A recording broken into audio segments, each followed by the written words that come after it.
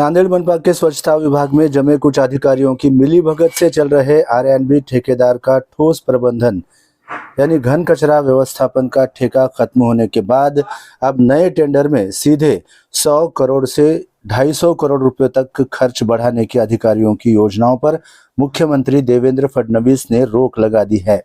नांदेड़ मनपा के पूर्व विपक्ष नेता महेश उर्फ बालू खोमने की शिकायत के बाद मुख्यमंत्री देवेंद्र फडणवीस ने नांदेड़ मनपा के घन कचरा प्रबंधन की सभी निविदा प्रक्रियाओं की जांच कर तत्काल रिपोर्ट पेश करने के निर्देश दिए हैं।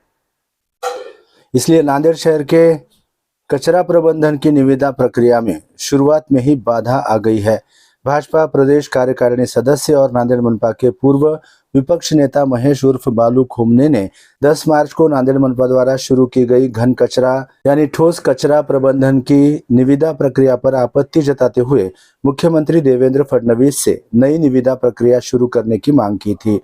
शिकायत के अनुसार नांदेड़ मनपा ने ठोस कचरा प्रबंधन के लिए निविदा तैयार करते समय केवल पसंदीदा ठेकेदारों के लिए निविदा तैयार की, जिसमें निविदा में ऐसी शर्तें रखी गई है जो उनके लिए सुविधाजनक हो। इन शर्तों को अप्रत्यक्ष रूप से पसंदीदा ठेकेदारों को लाभ पहुंचाने के इरादे से डाला गया था। अब तक चल रहे स्वच्छता के ठेके की कीमत लगभग 100 करोड़ रुपए थी। अब इसी काम के टेंडर में अनुमानित खर्च 250 करोड़ रुपए रखा गया है। इसलिए ये अतिरिक्त 150 करोड़ रुपए किसकी जेब में डाले जाएंगे, ये सवाल उठाया जा रहा है। मनपा द्वारा शुरू की गई निविदा प्रक्रिया में शुरू में भाग लेने वाले 24 ठेकेदारों में से 176 आपत्तियां दर्ज की गई। मनपा प्रशासन ने इनमें से अधिकांश आपत्तियों को खारिज कर दिया और इस निविदा प्रक्रिया के लिए केवल 3 ठेकेदारों को योग्य बनाया। उनमें से एक एजेंसी ठाणे की है। वर्तमान में कार्यरत एजेंसी भी ठाणे की ही है। ये बात अप्रत्यक्ष रूप से सामने आ रही है कि मनपा के अधिकारी नाम बदलकर इसी एजेंसी को फिर से ठेका देने की तैयारी कर रहे हैं। इसलिए ये निविदा प्रक्रिया संदेह के घेरे में आ गई है। विशेष रूप से मनपा के स्वच्छता विभाग के एक प्रभारी उपायुक्त ने 2 दिन पहले निविदा नोटिस पर हस्ताक्षर किए थे।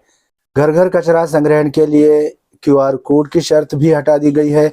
आज शहर के कई इलाकों में नागरिकों के घरों पर QR कोड चिपकाए गए थे, लेकिन स्वच्छता विभाग ने इसका कोई उपयोग नहीं किया और ना ही नागरिकों को इसका कोई लाभ मिला। शहर की स्वच्छता में कोई बदलाव नहीं हुआ। स्वयं मनपा आयुक्त डॉक्टर महेश कुमार डोईफोड़े ने बजट सत्र में स्वीकार किया था कि कई इलाकों में 4-4 दिनों तक कचरे की गाड़ियां, कचरा उठाने वाले लोग नहीं आते हैं। इसमें सुधार होना चाहिए। इसलिए निविदा प्रक्रिया की अनुमानित लागत बढ़ाई गई है। इसलिए शहर में 4-4 दिनों तक कचरा नहीं उठाने वाले ठेकेदार को फिर से विस्तार क्यों दिया जा रहा है, ये सवाल भी खोमने ने उठाया है।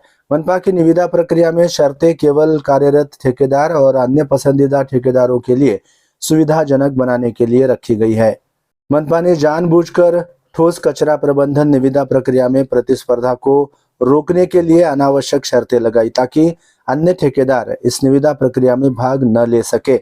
इसलिए ये आम जनता के करों से मनपा के खजाने लूटने की चाल है, ये मामला है।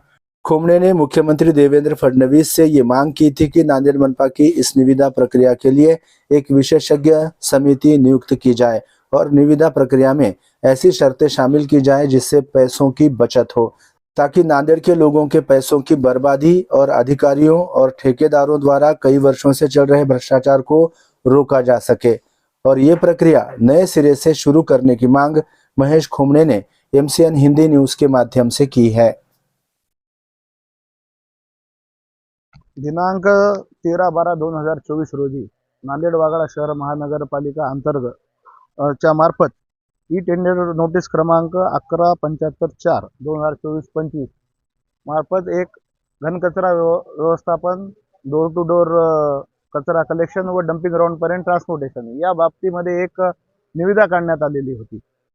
आमचं म्हणणं एक होतं की आज नांदेड महानगरपालिकेची आर्थिक परिस्थिती बघता गेल्या वेळेस जी याच कामाची जी निविदाची किंमत जी होती ती 100 कोटी होती आणि आज असं काय घडलं की या 2-3 वर्षामध्ये की या निविदाची किंमत 100 कोटीहून डायरेक्ट 250 कोटी ही निविदा काढण्यात आलेली आहे आणि आमचा साप प्रशासनावर असा आरोप आहे कोणाच्या दबावामध्ये हे काम तर काही ते करत नाहीत ना, कारण ज्या एजन्सीला मागे बरेच वेळेस नोटीसही पाठवण्यात आलेल्या होत्या की तुमचं काम समाधानकारक नाहीये, आणि जी एजन्सी मागील 4-5 वर्षापासून काम करत आहे त्याला एक्सटेन्शन देत हे प्रशासन आज आम्हाला दाट शंका आहे की हेच एजन्सी नाव बदलून परत एकदा त्यांच्या सोयीनुसार या निविद्यामध्ये अटी टाकून त्या निविदा काढण्यात आलेली आहे व सोयीस्कर कोणत्या तरी एखाद्या ठराविक एजन्सीला याचा फायदा व्हावा यासाठी ही निविदा काढण्यात आलेली आहे। याबाबत माननीय मुख्यमंत्री देवेंद्रजी फडणवीस साहेब यांना आम्ही तक्रार केलेली होती की याबाबत आपण त्यांनी माननीय आयुक्तांना आदेशित केले या सर्व कामाची सखोल चौकशी करून अहवाल सादर करावा व तोपर्यंत ही निविदा प्रक्रिया पूर्णत्वाकडे नेऊ नये।